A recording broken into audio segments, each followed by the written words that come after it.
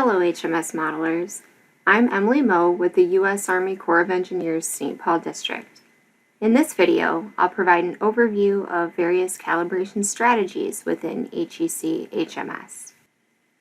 We'll first discuss how to set some of the more common initial model parameters, including some of the data sources and estimation methods that you can use. We'll also cover how to set calibration goals and the calibration metrics that HMS provides. So, when you're setting initial model parameters, where do those values come from? We'll discuss how you might estimate the initial loss, transform, base flow, and routing parameters for your model. And we'll also touch briefly on evapotranspiration and snowmelt parameters as well. Loss parameters are very important within HMS. They regulate how much precipitation infiltrates into the soil and what becomes runoff. There are several loss methods available within HMS. The loss parameters are generally physically based and really depend on the soil properties and conditions of your watershed. There are a number of nationwide online products available that provide detailed soil information, such as GSurgo, StatsGo, and GNatsGo that compiles the best available data to eliminate coverage gaps. The National Land Cover Database also provides valuable information on land use, which could also be used in estimating initial loss parameters. Local resource agencies and nearby soil or watershed studies may also provide valuable information. As mentioned earlier, there are several loss methods available within HMS. But here's an example of how you might estimate loss parameters for the deficit and constant method. The initial loss is very dependent on the antecedent conditions within the watershed. This value ranges from 0 when soils are already fully saturated to higher values if the simulation is starting during a drier period. Constant loss rates can be estimated using soils data such as GNatsGo. The average hydraulic conductivity values within each subbasin is a good value to start with. The maximum deficit value can also be estimated using soils data by estimating the average available water storage within each subbasin. The percent impervious values can be estimated using the NLCD urban imperviousness data or by deriving values from the regular NLCD data by estimating the impermeability of each land class and deriving an estimate from spatial statistics.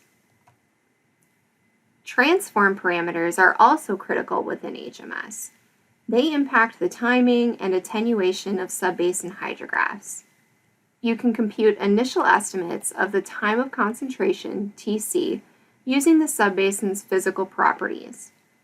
The storage coefficient, R, is usually associated as a ratio with TC, and that ratio is usually set equal to a constant value. A good initial estimate would be setting the R over TC plus R ratio to 0.5 and solving for the initial R value. Other methods to estimate these initial parameters include referencing previous models or referring to regression equations and studies from within your region. Some regions have even identified typical ranges of the R over TC plus R ratio, so local resources can be extremely helpful if you can find them within your region. HMS baseflow parameters impact the hydrograph's attenuation and recession within each subbasin. HMS offers several baseflow methods, but we'll focus on a couple of the most common here. The figures on this slide help illustrate the key components of the recession baseflow method, which has two primary parameters: the recession constant, which essentially defines the slope of the receding hydrograph. Recession constant values typically range from 0.7 to 1. A recession constant of 1 results in a completely horizontal tail of the hydrograph. The further the value is from 1, the steeper the slope. Assuming an initial value of 0.9 and further adjusting in calibration is a good starting point for this parameter. The ratio to peak parameter is essentially the threshold at which the baseflow recession begins. It's the pivot point of the hydrograph.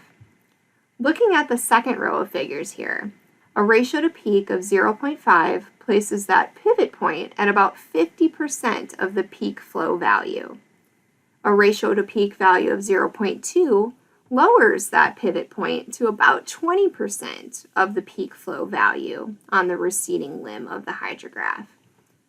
Initial ratio to peak values can be estimated by examining observed flow data or through adjustment during calibration. The linear reservoir method is another popular HMS baseflow method and is particularly relevant when groundwater interaction is occurring within a watershed, as it conserves volume throughout the simulation event.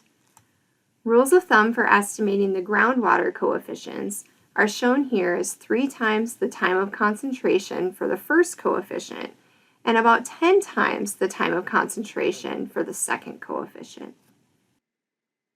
The HMS routing parameters impact the hydrograph timing and attenuation within reach elements. Several routing methods are available, but we'll touch on a few of the most common ones here. The lag method directly staggers the hydrograph by the specified lag time and does not include any attenuation or storage. The modified poles method uses HEC-RAS to determine storage-discharge relationships within specified reaches.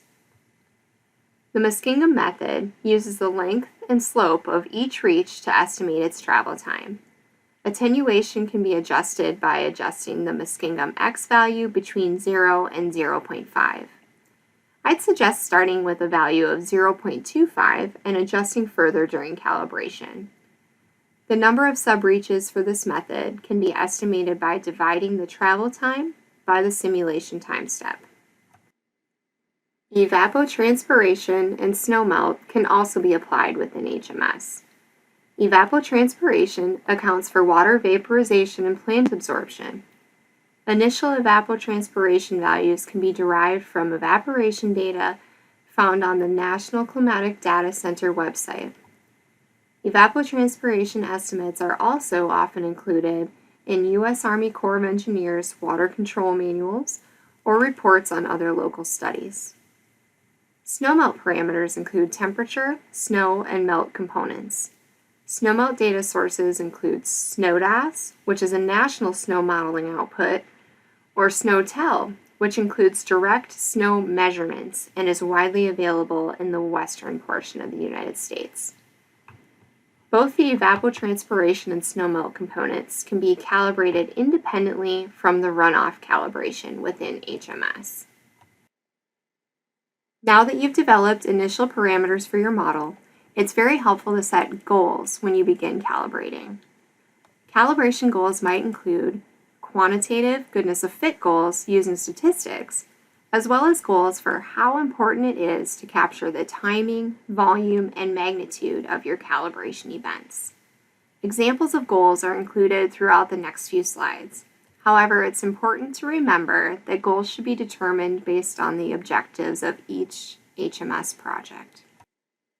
Instead of simply using the eyeball test to visually look at whether or not model results match with observed data, it's helpful to set quantitative goodness of fit goals using actual statistics, such as the coefficient of determination, Nash-Sutcliffe efficiency, and more. Shown here is a handy table by Moriarty that proposes a range of statistical values that quantitatively categorize just how well the calibration mirrors the observed event. For example, to be satisfactory, the Nash-Sutcliffe efficiency for models with a daily or weekly time step should be greater than 0.4. If that value is above 0.65, it would be considered a very good fit. Thankfully, if you have observed flow data linked to a junction within HMS, HMS will compute several goodness of fit statistics for you. These statistics can be found in the junction's summary table by right-clicking on the junction element, selecting View Results, and then Summary Table. So here's an example. This location has a Nash-Sutcliffe efficiency of 0.887, which would fall into the very good category. So this would be considered quantitatively well fit to the observed data. Beyond simple statistics, it's also very useful to set calibration goals for other event components based on the objectives and needs of your project. For example, in some of our forecasting HMS models, we've set an initial goal of calibrating the timing of events to within 12 hours of the observed peak. Again, timing goals may vary significantly based on the objectives of your project. HMS makes it very easy to compare the modeled and observed peak timing by displaying both timestamps within the summary table window as shown here. Volume is another key component that you should consider setting calibration goals for, particularly if you'll be using the HMS model for forecasting or for reservoir studies. The event volume is a critical component that you'll want to capture as closely as possible. For some of my previous forecasting models, we've set an initial goal of capturing total event volume to within 10% of the observed event volume.